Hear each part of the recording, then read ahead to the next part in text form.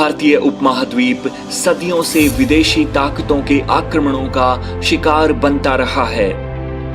इन विदेशी आक्रांताओं को यहाँ के लोगों से कोई सहानुभूति नहीं थी।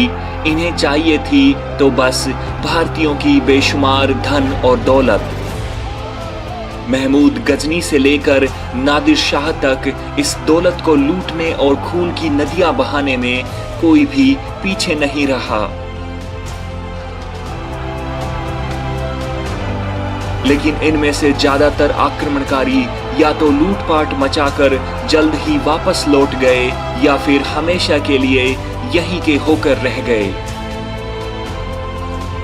अंग्रेज इन सब से अलग थे, जो ना तो लूटपाट मचाकर वापस लौट गए और ना ही हमेशा के लिए भारत भूमि को अपना घर मान सके। शायद यही वजह थी कि अंग्रेजी हुकूमत के कारण भारतीय जनमानस को सबसे बड़ा नुकसान पहुंचा था। इतिहास में कई ऐसी घटनाएं हुई हैं जहां पर अंग्रेजी सरकार ने क्रूरता की सारी हदें पार कर दी और अपने फायदे के लिए हजारों लाखों नहीं बल्कि करोड़ों हिंदुस्तानियों को तड़प तड़प कर मरने के लिए छोड़ दिया। ऐसी ही एक बदकिस्मत घटना थी 1876 से 78 का भयंकर अकाल, जिसने 1 करोड़ से ज्यादा हिंदुस्तानियों को भूखों मरने के लिए मजबूर कर दिया।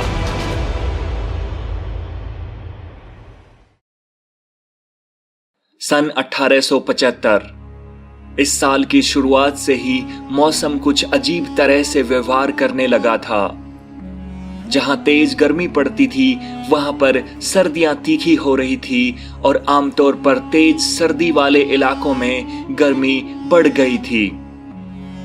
बारिश का अनुमान लगाना भी मुश्किल हो रहा था। और यह सब हो रहा था प्रशांत महासागर में कुछ अजीब घटनाओं की वजह से। भूमध्य पैसिफिक ओशियन की सतह का तापमान कुछ बढ़ गया था, जिसने हवाओं के रुख को बदल कर रख दिया था।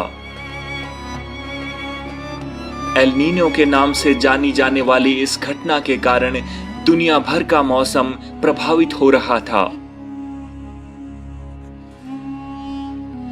भारतीय उपमहाद्वीप भी इससे अछूता नहीं था। खासकर दक्षिण भारत के हिस्सों में लोगों ने महसूस किया कि उस साल बारिश कम हो रही थी।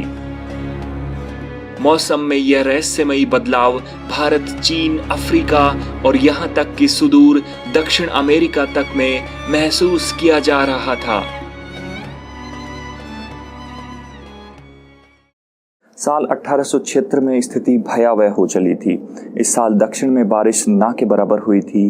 खेत उजड़ चुके थे, फसलें बर्बाद हो चुकी थी। ना इंसानों के लिए अनाज पैदा हुआ और ना ही पशुओं के लिए चारा। अंग्रेजों ने कुछ साल पहले से ही किसानों को अनाज के बजाय कपास उगाने पर मजबूर कर दिया था, ताकि उस कपास को विदेशों में महंगे दामों पर बेचकर मोटा मुनाफा कमा सकें। यानी लोगों के पास पिछले साल के अनाज के भंडार भी नहीं थे। धीरे धीरे किसान कर्जे में डूबने लगे। पशु, मवेशी, घर बार सब कुछ बेचकर जाने लगे।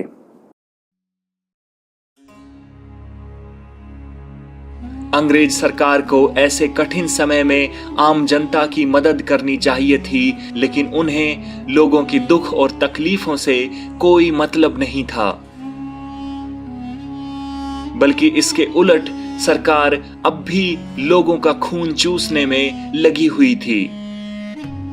कुछ साल पहले बिहार में अकाल के दौरान इंग्लैंड में बैठे हुए हुक्मरान स्थानीय प्रशासन द्वारा की गई सहायता से नाराज थे।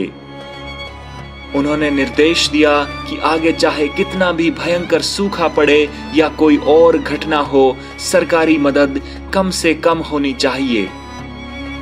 उनकी नजर में यह फालतू का खर्चा था जिससे बचा जा सकता था। यही कारण था कि इस बार प्रशासन पूरी तरह से चुप था और कोई सरकारी मदद जनता तक नहीं पहुंच रही थी।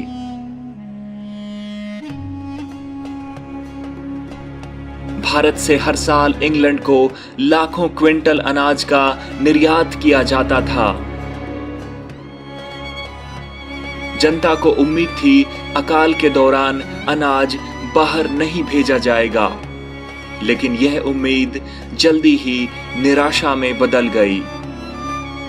उस साल कुल मिलाकर 32 लाख क्विंटल अनाज भारत से बाहर निर्यात किया गया था, जो अपने आप में एक रिकॉर्ड था। यानी इतना ज्यादा अनाज पहले कभी भी भारत से बाहर एक्सपोर्ट नहीं किया गया था। अकाल का सबसे भीषण रूप मद्रास और बॉम्बे प्रेसिडेंसी यानी आज के दिन के दक्षिण और मध्य भारत में देखने को मिल रहा था। सरकारी मदद की आस छोड़ चुके लोगों की सांसें अब धीरे धीरे टूटने लगी थी। गांवों खेतों में लाशों के ढेर लगने शुरू हो गए थे। जो लोग किसी तरह अब तक बचे हुए थे, उनमें सिर्फ हड्डियां और उन पर लिपटी हुई चमड़ी के सिवाय कुछ भी नहीं बचा था। बेबस माँ बाप छोटे बच्चों को अपनी आंखों के सामने भूख से तड़पता हुआ देख रहे थे, पूरी तरह बेबसी और लाचारी की हालत में। धीरे धीरे यह भयंकर सूखा उत्तर भारत को भी अपनी चपेट में लेने लगा। राजपूताना से लेकर पंजाब तक भी हालात बिगड़ने लगे थे। भूख से मरने वाले हिंदुस्तानियों की संख्या कुछ ही महीनों में 50 लाख को पार कर गई थी। इतना सब हो जाने के बाद आखिरकार अंग्रेजों ने दिखावे के नाम पर सहायता अभियान चलाया, लेकिन यह सहायता अभियान किसी मजाक से कम नहीं था। आदमियों, औरतों और यहाँ तक कि बच्चों से दिन भर कड़ी मेहनत करवाई जाती थी और उसके बाद उन्हें मुट्ठी भर अनाज दिया जाता था। ये अनाज इतना कम था कि इसे लेकर खुद सरकार के भीतर कुछ लोगों ने विरोध की आवाज़ें उठाई, लेकिन किसी की नहीं सुनी गई और सब कुछ यूं ही चलता रहा। सरकार का पूरा ध्यान पैसे बचाने, खर्चे कम करने पर था। इसके लिए अफसरों को इनाम तक दिए जाते थे। इससे भी ज्यादा दर्दनाक बात यह थी कि 1876 में जब रानी विक्टोरिया ने भारत की महारानी की गद्दी संभाली, तो उनके सम्मान में भारत के तत्कालीन वाइसराय लिटन ने एक भव्य पार्टी दी, जिसमें 60,000 लोगों को आमंत्रित किया गया था। एक तरफ लाखों लोग एक एक दाने को तरसते हुए भूख से मर रहे थे, तो दूसरी तरफ हजारों लोग एक भव्य पार्टी में सैकड़ों प्रकार के व्यंजनों का लुत्फ उठा रहे थे।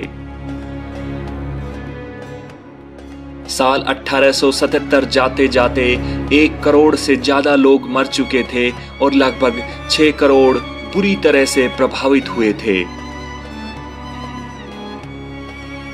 भारत की कुल 20 करोड़ की जनसंख्या का एक बड़ा हिस्सा खत्म हो चुका था। खेत हरी भरी फसलों की जगह इंसानी हड्डियों से सफेद हो रहे थे। करोड़ों बच्चे कुपोषण का शिकार बनकर हड्डियों का ढांचा भर रह गए थे। कमजोरी से होने वाली बीमारियों का प्रकोप भी बढ़ रहा था। हर तरफ रूहें कपा देने वाला मंजर था। अंग्रेजों का दिल तो अंत तक नहीं पसीजा, लेकिन आखिरकार मौसम की मेहरबानी हुई। बारिश फिर से लौट आई, खेतों में फसलें फिर से उगी और लोगों के घरों में चूल्हे फिर से जलने लगे। 1879 तक यह भयंकर दौर गुजर चुका था, लेकिन भारतीय समाज पर यह दुख की घड़ी इतने गहरे घाव पीछे छोड़ गई थी, जो दशकों तक ताजा बने रहे।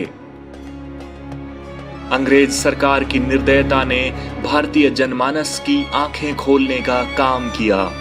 अब लोगों को हकीकत समझ आने लगी थी और जनता में विरोध की भावना बढ़ने लगी थी। यह अकाल एक प्राकृतिक आपदा कम और मानव निर्मित दुर्भाग्य ज्यादा था। अगर सरकार के मन में लोगों के लिए जरा भी प्यार और दया होती तो इससे बचा जा सकता था। करोड़ों लोगों की जानें बचाई जा सकती थी। भारत भले ही 1947 में आजाद हुआ हो, लेकिन अंग्रेजी गुलामी से बाहर निकलने के बीज इसी अकाल ने बो दिए थे। दोस्तों, उम्मीद करता हूँ इस वीडियो से आपको हमारे पूर्वजों पर जो अत्याचार हुए उन्हें जानने का, समझने का मौका मिला होगा। उनके प्रति दिल में सम्मान बढ़ा होगा कि किस तरह की कठिन परिस्थितियाँ उन्होंने झेली। इस वीडियो को ना मैं लाइक करने के लिए कहूँगा, ना शेयर, सब्सक्राइब, कमेंट करने के लिए, ऐसा कुछ नहीं कहूँगा क्योंकि मुझे नहीं लगता ऐसा कहना उचित होगा। तो मिलते हैं एक और वीडियो में जल्दी ही। बने रहिए मेरे साथ। जय हिंद।